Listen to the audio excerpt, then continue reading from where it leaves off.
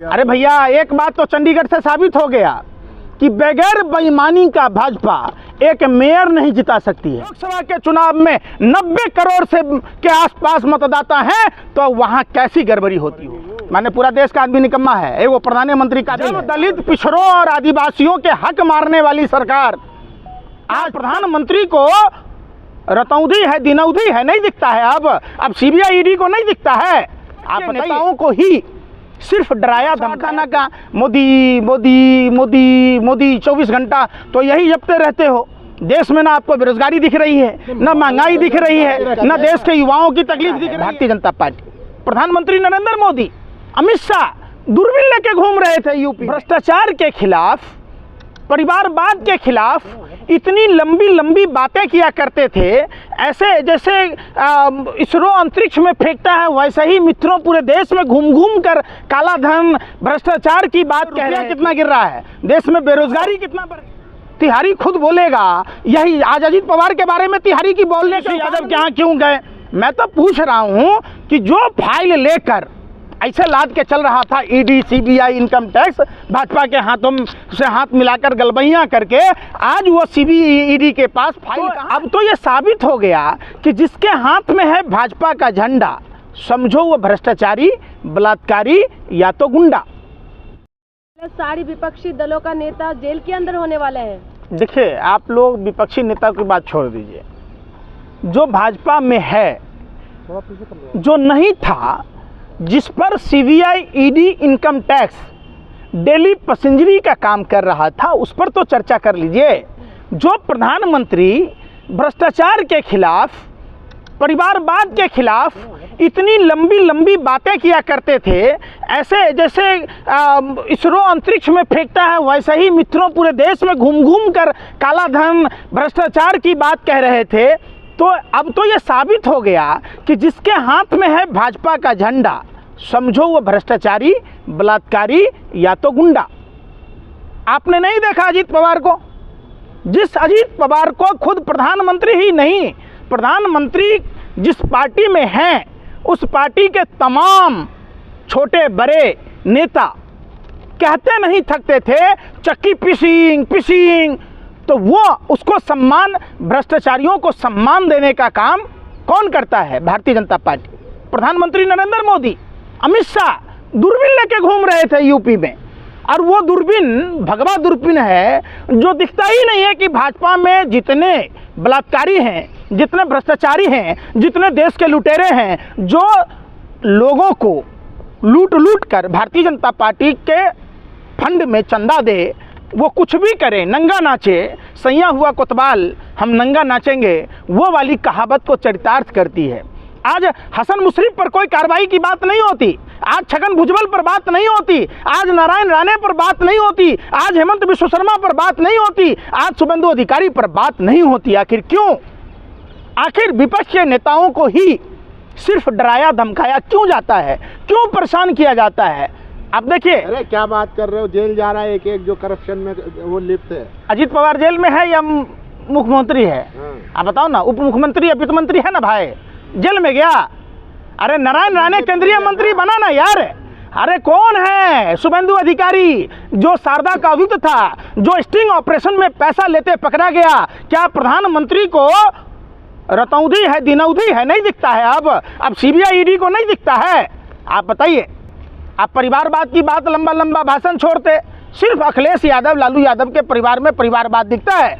अमित शाह के बेटे जैसा, चूंकि अमित शाह के बेटे हैं इसीलिए बीसीसीआई का वो सेक्रेटरी है, का बेटा नेता है। आप देखो ना, संजय जायसवाल, मदन जायसवाल का रिश्ता क्या है? आरके सिन्हा, रुद्रराज सिन्हा का रिश्ता क्या है? नौवीं फेल थोड़ी ना है वो। नौवीं फेल तो लो पत्रकार साहब, सुनो, गिनती तो आती होगी आपको भी। जो आदमी का जन्म 1950 में हुआ, 18 साल में शादी की जसोदा बेन से, 19 साल में बेचारी जसोदा बेन को न कुमारी छोड़ा, न सुहागन छोड़ा, न विधवा छोड़ा, बगैर तलाक बोले ही अपने धर्मपत्नी जसोदा बेन को छोड़ दिया, और 45-40 साल भीख मांग के खाया। तो जब गुजरात में नहीं था, तब दिल्ली में नहीं था, गुजरात में था, तो दिल्ली से बीए कर लिया, और जब दिल्ली में था, गुजरात में नहीं था, तो एमए इंटायर पॉलिटिकल साइंस कर लिया। अरे भैया, ये कहाँ से? आप गुजरात में रहिए, अमृतकाल अरे का यार बजट सुन आया, लो यार, ऐतिहासिक बजट देखा अरे आपने? सुन तो रही है। हाँ। आप देखो बिहार में नीतीश कुमार को 24 घंटा नहीं लगा शपथ दिलाने में, लेकिन झारखंड में चंपई सोरेन को शपथ दिलाने में राज्यपाल को टाइम लग रहा है। क्यों? हो गया। अरे भैया, एक बात तो चंडीगढ़ से साबित हो गया कि बगैर बेईमानी का भाजपा एक मेयर नहीं जिता सकती है। कौन है? अनिल मसीह। अनिल मसीह भाजपा का कर्मठ नेता है। उसने भाजपा के प्रति वफादारी निभाते हुए सबसे पहले उसने क्या किया, वहां का प्रशासन, चंडीगढ़ का प्रशासन, मीडिया का प्रवेश पर रोक लगाया। फिर 36 में से 8 वोट को रिजेक्ट कर दिया। सोचिए कि जब 36 में से 8 वोट रिजेक्ट करके जो प्रिजाइडिंग ऑफिसर अनिल मसीह कलम चलाकर 8 वोटों को अवैध करके मेयर का चुनाव जिताया, तो जहां देश में लोकसभा के चुनाव में 90 करोड़ से के आसपास मतदाता हैं, तो वहां कैसी गड़बड़ी होती होगी? ये क्लियर है, ये तो सच साबित हो गया। देखिए, झूठ के आप एक बात समझ लीजिए, झूठ कितना भी हो एक न एक दिन पकड़ा ही जाता है, और सच को कितना भी दबा लोगे, सच एक न एक दिन उजागर हो जाएगा।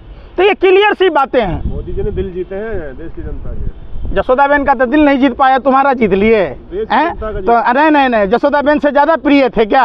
अरे भाई, कोई भी पति के लिए पत्नी सबसे ज़्यादा प्रिय होता है, पत्नी का दिल जीतना होता है, तो उसमें तो वो नाकाम रहे, निकम्मे रहे। अगर दिल जीता होता तो आज मोदी जी के नाती पोता होता, तोता मोर से नहीं खेलता है। आप समझो ना, ये सरकार किस हर मोर्चे पर विफल है। आप जिस मोर्चे पर देखेंगे, किसानों के साथ जो धोखा किया, कितने किसान भाई शहीद हो गए। किसानों को एमएसपी पर, लागत पर 50% जोड़कर एमएसपी तय करना था, आज तक नहीं किया। प्रधानमंत्री कह रहे हम किसानों को समझा नहीं पाए। अरे भैया, आप जसोदाबेन को समझा नहीं पाए। अगर समझा लिए होते तो आपका घर बस गया होता। तब प्रधानमंत्री कहते ना घर बसा हमारा, ना घर बसने देंगे तुम्हारा। देश को तो चला रहे ना वो। क्या चला रहे? देश को चला रहे वो। तो बाकी IAS IPS का वो वहाँ पर वो क्या कर रहे हैं? वो हैंडल कर रहे हैं उनको। अरे यार, देश में वर्ल्ड बैंक का कर्जा कितना हो गया आप बताओ ना। डॉलर के मुकाबले रुपया कितना गिर रहा है, देश में बेरोजगारी कितना बढ़ गया, देश में महंगाई कितनी बढ़ गई। विकास भी तो हो रहा है। 2024 का बजट आया है, दलितों के हित में है सारी बजट। क्या बजट? हर घर से जैसे अच्छत बांटा गया था, वैसे ही नौकरी बांटा जाएगा दलित भाइयों के लिए। जब दलित, पिछड़ों और आदिवासियों के हक मारने वाली सरकार, आज तक एक भी अगर बताओ कि किन दलितों को फायदा हुआ? तो भरनी है, जब काबिलियत नहीं होगी लोगों में तो सीट तो भरेंगे ही। माने पूरा देश का आदमी निकम्मा है, एक वो प्रधानमंत्री काबिल है, योग्यता नहीं है, अयोग्य हो। अरे अयोग्य तो जिसको कह रहा था बीजेपी, सम्राट चौधरी को भाजपा ने प्रदेश अध्यक्ष बना दिया। समझो आप लोग, भाजपा मोदी फिविया की बीमारी है। आप एक माला ले लो 108 दाना का, मोदी मोदी मोदी मोदी 24 घंटा तो यही जपते रहते हो। देश में ना आपको बेरोजगारी दिख रही है, ना महंगाई दिख रही है, ना देश के युवाओं की तकलीफ दिख रही है, ना छात्रों के। टाइम लगता है हर चीज में, रोजगार भी आएगा, बेरोजगारी भी खत्म होगी, सब कुछ। टाइम लगते लगते तो तुम अल्लाह के प्यारे हो जाओगे, ऊपर वाले के प्यारे हो जाओगे। कब्र में पाँव लटका हुआ है, टाइम का ही इंतजार कर रहे हो। इतना टाइम दे दिया, बीजेपी को भी तो दो इतना टाइम, थोड़ा सा टाइम दो। 10 साल का समय कम होता है? 10 साल का समय कम होता है? आप बताओ, आप बताओ ना, कम होता है? 10 साल में सारे। सोरेन पे बड़ा आरोप लगाया है उसने, सुधीर चौधरी जी ने। आज अगर हेमंत सोरेन भाजपा में चले जाएं, आज अगर तेजस्वी यादव भाजपा में चले जाएं, तो कल ही सुधीर चौधरी कहेगा अरे भाई वो राजा ईशन तो कुछ भी नहीं थे सत्य के मामले में, ये हेमंत सोरेन जैसे सत्यवादी तो कोई है नहीं, ये तेजस्वी यादव पर निराधार था। अरे वो आप बताओ, तिहारी खुद बोलेगा यही। आज अजीत पवार के बारे में तिहारी की बोलने के औकात नहीं है, माँ ने दूध नहीं पिलाया। छठी रात का दूध याद आ जाएगा जब सवाल अजीत पवार पर होगा, जब हेमंत विश्व शर्मा पर होगा, जब शुभेंदु अधिकारी पर होगा, जब नारायण राणे पर होगा, जब छगन भुजबल पर होगा, जब प्रफुल्ल पटेल पर सवाल होगा। आज नहीं होगा। क्यों? तो वो भाजपा में है। मैंने पहले ही कहा कि जिसके हाथ में है भाजपा का झंडा, समझो वो भ्रष्टाचारी, बलात्कारी या तो गुंडा। दरवाजे खुल गए। पहले भी काम करती थी ना। अच्छा, ईडी ने सुनो, अरे भाई यार सुन नहीं रहे। ईडी, अरे भाई मैं क्या कह रहा हूँ, सुन रहा हूँ बात। वही ईडी, वही सीबीआई, वही इनकम टैक्स शुभेंदु अधिकारी के यहाँ डेली जा रहा था, हेमंत विश्व शर्मा के यहाँ जा रहा था, अजीत पवार के यहाँ जा रहा था, छगन भुजबल के यहाँ जा रहा था, हसन मुशर्रफ के यहाँ जा रहा था, अब वो ईडी की कार्रवाई कहाँ है? मैं तो वो पूछ रहा हूँ। मैं ये तो कह ही नहीं रहा हूँ कि आपने हेमंत सोरेन के यहाँ क्यों गए, तेजस्वी यादव के यहाँ क्यों गए। मैं तो पूछ रहा हूँ कि जो फाइल लेकर ऐसे लाद के चल रहा था ED, CBI, income tax, Bhajpa के हाथों से हाथ मिलाकर गलबैयाँ करके, आज वो ईडी के पास फाइल कहाँ है, इनकम टैक्स के पास वो फाइल कहाँ है, ये तो बताओ। ठीक है।